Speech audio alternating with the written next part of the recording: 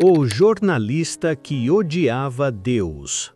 O único caminho para a verdade vem pelos fatos. Os fatos são nossa maior arma contra as superstições, contra a ignorância e contra a tirania. Sabia que o homem que tentou com mais afinco destruir a credibilidade de Jesus era formado em Direito por Yale e editor do Chicago Tribune? Pois é, ele passou quase 2 anos tentando provar que os cristãos eram uns iludidos. Queria expor a farsa da ressurreição. Tinha provas, testemunhas, argumentos, ou pelo menos achava que tinha. No final da investigação, ele sentou no seu escritório, olhou para as anotações e disse uma frase que mudou sua vida. Eu preciso de mais fé para continuar ateu do que para me entregar a Cristo. Calma, respira. Hoje eu vou contar a história de Lee Strobel. E mais importante, vou te mostrar como um jornalista cético virou a maior prova viva de que vale a pena pausar para pensar. A gente vive num tempo onde todo mundo acha que fé e razão são inimigas, que você precisa desligar o cérebro para ir à igreja ou desligar a alma para ir ao laboratório. Mas a história real é muito mais interessante. Lee Strobel era exatamente o oposto de um pastor. Ele era ateu, sarcástico, vivia na contramão da fé. Para ele, Deus não passava de uma muleta para fracos. Jesus, apenas um mito copiado de religiões pagãs. E a Bíblia se resumia a um livro de contos de fadas para gente que tem medo da morte. Até que em 1979, a esposa dele, Leslie, uma mulher inteligente, divertida, super bem resolvida, chega em casa e diz: Lee, eu me tornei cristã. Ele surtou, achou que ela ia virar uma fanática religiosa, vender tudo e entrar para uma seita. Mas em vez disso, ele viu algo que o deixou intrigado. Ela não piorou, ela melhorou, se tornou uma pessoa melhor. E aí, o jornalista dentro dele despertou.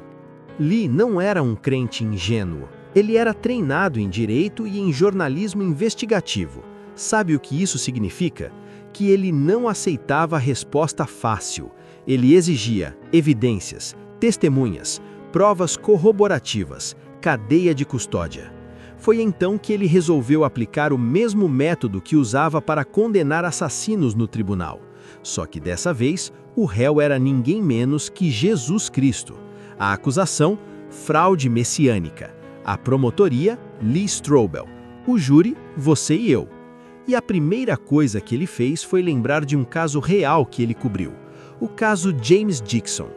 Dixon foi acusado de atirar num policial. Todas as provas apontavam para ele. Impressões digitais, testemunhas, a arma. Parecia caso encerrado. Mas um informante sussurrou algo que mudou tudo. A arma era do próprio policial, que atirou acidentalmente no próprio bolso e incriminou Dixon. Quando Lee reexaminou as provas sem os preconceitos, viu que o cenário da caneta revólver explicava todos os fatos melhor do que a versão oficial. E foi aí que ele percebeu a lição número 1. As provas podem apontar para mais de uma direção. A questão é, qual explicação se encaixa melhor no todo? Agora vem a parte que dói. Lee admitiu que ele só acreditava que Dixon era culpado porque, no fundo, ele já tinha decidido que Dixon era um bandido. Ele confiava na polícia, ele não gostava de pessoas como Dixon. Ou seja, seus preconceitos guiaram a leitura das provas. E com Jesus foi a mesma coisa. Ele nunca tinha lido os evangelhos a fundo. Só pegava frases soltas, repetia argumentos de professores ateus e pronto, caso encerrado. Mas quando ele percebeu que precisava trocar as lentes, a história mudou. Olha que loucura! Ele não estava buscando a verdade. Ele só estava buscando confirmação para o que já queria acreditar. Isso aqui é sério. Quantos de nós fazemos a mesma coisa? A gente escolhe um lado e só lê o que confirma o que a gente já pensa. Isso não é busca pela verdade. Isso é conforto ideológico. Lee Strobel passou 21 meses entrevistando especialistas, historiadores, arqueólogos, psicólogos, médicos. Ele foi atrás dos melhores: Bruce Metzger, Princeton, Craig Blomberg. Edwin Yamauchi. Cada entrevista era um golpe no seu ateísmo. Ele descobriu que o Novo Testamento tem mais de 5.600 manuscritos gregos, enquanto a maioria dos livros antigos tem apenas algumas dezenas. Ele descobriu que o credo de 1 Coríntios 15, que fala da ressurreição, já circulava 2 a 5 anos depois da morte de Jesus, tempo insuficiente para a lenda se formar. No final, ele sentou com um bloco de notas amarelo. Escreveu de um lado todas as evidências contra o cristianismo, do outro, as evidências a favor, e percebeu que o lado a favor não era só maior, era esmagador. Aí ele fez a pergunta que ele nunca imaginou fazer: e se eu estiver errado? E foi aí que ele entendeu: o ateísmo não era uma posição racional, era uma fuga. Porque para negar as provas históricas de Jesus, ele precisava acreditar em coincidências muito maiores do que acreditar em milagres. Faz o seguinte, pausa o vídeo, respira fundo. Agora me responde sinceramente, não para mim, para você mesmo. Você já investigou aquilo em que acredita com a mesma seriedade que investiga um problema do trabalho, um investimento ou uma traição no relacionamento? Ou você só repete o que seus amigos, seus professores, seus líderes religiosos ou a internet dizem? A maior descoberta de Lee Strobel não foi que Deus existe, foi que ele, ateu, nunca tinha realmente procurado por Deus. Ele só tinha fugido.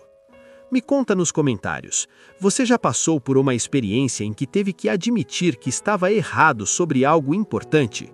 Como foi? E se a maior mentira que você acreditou fosse sobre Jesus? Olha, se você chegou até aqui, você é do tipo que não tem medo de perguntar. E é exatamente esse tipo de gente que falta no mundo. Então faz o seguinte, dá aquele like, porque isso aqui não é pregação barata, é investigação. Se inscreva no canal, pausa para pensar, ativa o sininho, porque no próximo episódio a coisa vai ficar séria. Vamos abrir o processo contra o túmulo vazio. Quer ver eu analisar a farsa dos 500, as aparições de Jesus depois da morte? Ou prefere começar pelo cadáver que não apodrece, a medicina da crucificação? Manda aí nos comentários. O próximo episódio é a escolha do júri. Você não precisa ter todas as respostas para começar a buscar. Você só precisa de coragem para perguntar, de uma pausa para pensar. Até a próxima!